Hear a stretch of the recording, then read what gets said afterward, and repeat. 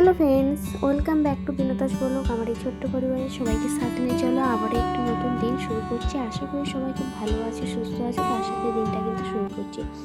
এটা হলো 2 ফেব্রুয়ারি, তোমার সোমবার। আর এখন ঘড়ি কাটা বাজে 9:09। এখন থেকে আজকের দিনটা শুরু করলাম। এখন আজ থেকে যেহেতু তোমার মাধ্যমিকের এক্সাম শুরু হচ্ছে, সেই জন্য এদের স্কুলে মাধ্যমিকে যেহেতু সিট পড়ে, ওই জন্য যেহেতু সরকারি মর্নিং স্কুল এটা, সেই জন্য এখানে ছুটিটা দিয়েছে। ওই জন্য সকাল সকাল ঘুম থেকে তারা যেহেতু বাড়ির মধ্যে আছে, ভাবলাম চলো বাড়ির মধ্যে আছে, এমনি সময় ও আমাকে সত্যি কথা সংসারের কাজে যেমন হেল্প করে, পাশাপাশি এবার বড় যেহেতু হচ্ছে, নিজের কাজ বলো, নিজের কিছুটা নিজের পড়াশোনার পাশাপাশি নিজের কিছু কাজকর্মগুলো নিজে কিন্তু করাটা দরকার। এজন্য আমি প্রথমে বললাম চলো বিছানাটা ঠিক কর, আর যেমন পারবি তেমন কর। তারপর আমি প্রথমে আমার পড়ছিল, ও পারছিল না বলে আমি তারপর এসে দেখে বললাম দেখো এইভাবে বিছানা ঠিক কর। তারপর ও আবার আমাকে হেল্প করছিল। কী বলো তো, এখনকার বাচ্চাদের যেরকম মুখ চলে, তার পাশেও সেরকম হাতটা চালানোও দরকার। মুখ হাত, সেটা কাজের দিক থেকেই বলো, মারাপিটের দিক থেকেই বলো, নিজের আত্মসম্মানের দিক থেকে, যে কোনো দিক থেকেই, সব দিকেই কিন্তু এক্সপার্ট হওয়াটা কিন্তু দরকার। তা বলে প্রয়োজন অনুযায়ী এখানে সকাল সকাল ওদিকে কাজ করে, এই যে মহারানীকে ওনার ব্ল্যাঙ্কেটটা গোছাতে দিয়েছে, আর লালটা আমি আর বাবা যেহেতু গায়ে দিই, লালটা ভাবলো চল আমরা গুছাবো, তুই তোরটা গুলো বলতে ওই ওরকম করে গুছিয়েছে। তবু ছেলে মানুষ যেরকম গুছিয়েছে সেটাই আমাদের কাছে অনেক। আমাদের কাছে কী বলতো, আমাদের এই ছোট্ট সংসারে এভাবেই কিন্তু আমাদের সারাদিনটা কিন্তু কেটে যায়। আর আজ ওর গত কয়েকদিন আগে তোমাদের ব্লগে বলেছিলাম, তোমরা সেটা দেখেছো কিনা জানি না, আবারও বলছি, কয়েকদিন আগে একটু শরীরটা খারাপ হয়েছিল, ডাক্তারের কাছে গিয়েছিলাম। সেই জন্য ডাক্তারের খাবার যেহেতু রুটিন তো করেছে, একটু আজকে ফার্স্ট টাইম ওকে একটু ডালিয়া করে দিলাম।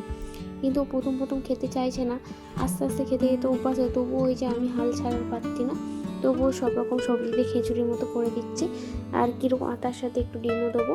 এখন যেহেতু শরীরটা একটু খারাপ হয়, শরীরে এখন একটু প্রোটিনটা দরকার, সেই জন্য আমি একটু ওকে আলাদা করেই আজকে টিফিনটা, যেহেতু বাড়িতে হাতে সময় আছে, বাড়ির মধ্যে যে ভাবলাম চলো করে দিই। আর আমাদের এইসব মধ্যবিত্ত সংসারে কী বলতো, আমাদের সারাদিন সংসারের কাজের মধ্যে কিন্তু কোনো হেল্পিং হ্যান্ড লাগে না। আমরা একে অন্যের উপর বিশ্বাস, ভরসা, সম্মান বা এইসব নিয়ে কিন্তু আমাদের সংসারে সারাদিন কাজকর্ম অনায়াসে চলে যায়। ছোট বড় একে অন্যকে অনেক নিজের কাজে সাহায্য করা, সেটা নিজের কাজই বলো আর সংসারের কাজই বলো, কোনো কাজটাই কিন্তু আমাদের অন্যের কাজ না। আমি আমার সংসারের প্রত্যেকটা কাজ থেকে যেমন নিজের ভাবি, সেরকম আমার মেয়েটাকেও আমি শেখাই, বা আমার বাড়িতে আমার যে বাবা আছে, দাদু আছে, সবাই আমাদের হাতাহাতি, সবাই আমার কাজে কিছুটা হলেও হেল্প করে।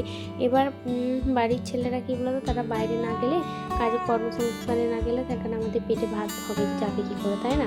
সেই জন্য বাঁচতে গেলে যেমন টাকাপত্র দরকার, তার পাশে পেটে দানাকুড়িটাও দরকার। তাই ঘরে বাইরে সব দিক থেকে তারা যেহেতু সামাল দিচ্ছে, কিছু কিছু ক্ষেত্রে তারা যখন বাইরে থেকে যখন বাড়ির মধ্যে যখন থাকে, যেদিন কাজকর্মে ছুটে, তখন যতটা পারে ততটা বাবা কিন্তু আমার কাজে কিন্তু অনেকটাই হেল্প করার চেষ্টা করে। সেই জন্য আমাদের এইসব সংসারে কী বলতো, চাকসুদ একটা ভালো মানে সুস্থ সংসার করতে গেলে না, তোমার কোনো বিশাল সম্পত্তি বা বিশাল টাকাপত্র, গাড়ি বাড়ি, এত কিছুর প্রয়োজন হয় না। যতটুকু আমি আমার এই 11 বছর সংসার জীবনে অন্তত বুঝেছি, একটু একে অন্যের প্রতি বিশ্বাস, একটু ভরসা, আর একে অন্যের কাছে একটু সাহায্য, এইসব মিলেই কিন্তু একটা কিন্তু সুস্থ সংসার করে তোলা যায়। সেটা নুন ভাত খেয়েও কিন্তু অনায়াসে করা যায়। তাই একটা সুস্থ সংসার করতে গেলে এটা যেমন প্রয়োজন হয়, কিন্তু একটা বিশ্বাস কী বলতো, গড়তে কিন্তু মানুষের বছরের পর বছর সময় লেগে যায়, আর ভাঙতে 2 সেকেন্ড সময় লাগে না। এখন বেশিরভাগ মানুষের রিলেশানটা আমি কিন্তু দেখেছি, এগিয়ে অন্যের উপর অবিশ্বাস বলো, আর তোমার যে কোনো দিক থেকে বলো, মানুষের এখন লোভ চাহিদা এইসব জিনিসটা বেড়ে যাচ্ছে বলে না, একে অন্যের প্রতি অবিশ্বাস জিনিসটা আরও মনে হয় বেশি আসছে। সেই জন্য এখন দেখবে যে কোনো রিলেশন দেবে বেশি দিন টেকে না। আর আমাদের কি বলতো, আমরা এখনও কিন্তু সেই সেকালের আমলে কিন্তু ওইসব দিন ধরে পড়ে আছি বলে। তবে হ্যাঁ, আমি এইটুকু মানি, আমার কাছে যতটুকু আছে আমি ততটুকু নিয়ে অনেক হ্যাপি আছি, আমি এতেই বেশ খুশি আছি। আর এখানে দেখো, তোমার সাথে কথা বলতে বলতে আমার এদিকে কিন্তু অনেক কাজকর্মগুলো কিছুটা এগিয়ে গেছে। ওদিকে মেয়েও বসে আছে, আর ওকে ছোটোবেলা থেকে যেহেতু আমার একা হাতেও যেহেতু মানুষ, তাই আমি যেখানে ও সেখানে। আর রান্না যতক্ষণ করছিলাম ততক্ষণ আমার কিন্তু রান্নাঘরেই ছিল, রান্নাঘর থেকে এক পাও এদিক ওদিক হচ্ছিল না। ওখানেই খেলছে, ওখানেই পড়ছে, ওখানেই সব করছে। এদিকে বাজার থেকে গতকালের রবিবারে একটু লাল নোটে শাক নিয়ে এসেছিলো, আর ওটা ভাজা করলাম। তার পাশাপাশি একটু ডালও হলো। তার এখানে একটু ভোলা মাছ করবো, আর ভোলা মাছটা না আমার বেশ পছন্দ হয়। আবার সাদা ভোলা না, ওই যে একটা লাল ভোলা আছে, সেই লাল ভোলা মাছটা আমি বেশ পছন্দ করি। তাই যে মাছটাকে একটু আলু দিয়ে ঝাল করবো। কিন্তু ওই যে সারাদিনে যতই রান্না বান্না যাই করি না কেন, যতই হোক, নিজের মানুষটা যদি সারাদিন কাজের বাইরে থাকে, মাঝখানে যদি বলে আজকে আমি খাবো না, সেটা সেই রান্নার খাবারটা না, তোমার সুস্বাদু খাবারটা বেশ সুস্বাদু আর থাকে না। সেটা আমার কাছে অন্তত একটু অন্যরকম হয়ে যায় বলতে পারো। কারণ আজ যখন রান্নাবান্না করছিলাম, রান্না করতে করতে হঠাৎ ও বাবা ফোন করে বললে কি না, আজ আমার বাড়ি যেতে দেরি হবে, তোমরা খেয়ে নিও, আমার বাড়ি যেতে সন্ধ্যে গিয়ে আমি ভাত খাবো। ওই যে প্রিয় জিনিসটা তখন আমার কাছে বেস্বাদ হয়ে দাঁড়ায়। 1 মিনিটে সুস্বাদু জিনিসটা বেস্বাদ হয়ে গেল। তাই জন্য আজ দুপুরবেলা খাওয়া দাওয়াটা ওই না খাবার মতোই খাওয়া হয়েছে বলতে পারো। যতই হোক মন দিয়ে একটা রান্নাবান্না করছিলাম, করতে করতে বেচারা তারও যেহেতু কাজের এরকম মানে পরিস্থিতি আসবে কেউ তো জানে না। আর ছেলেরা কাজে গেলে কাজে রাস্তাঘাটের ব্যাপার, কখন কোথায় কীরকম পরিস্থিতি আসবে কেউ জানে না। যাই হোক, আমি বললাম ঠিক আছে চলো সন্ধ্যেবেলা এসে ভাত খেয়ে, চাল যেহেতু নিজে নষ্ট করতে লাভ নেই।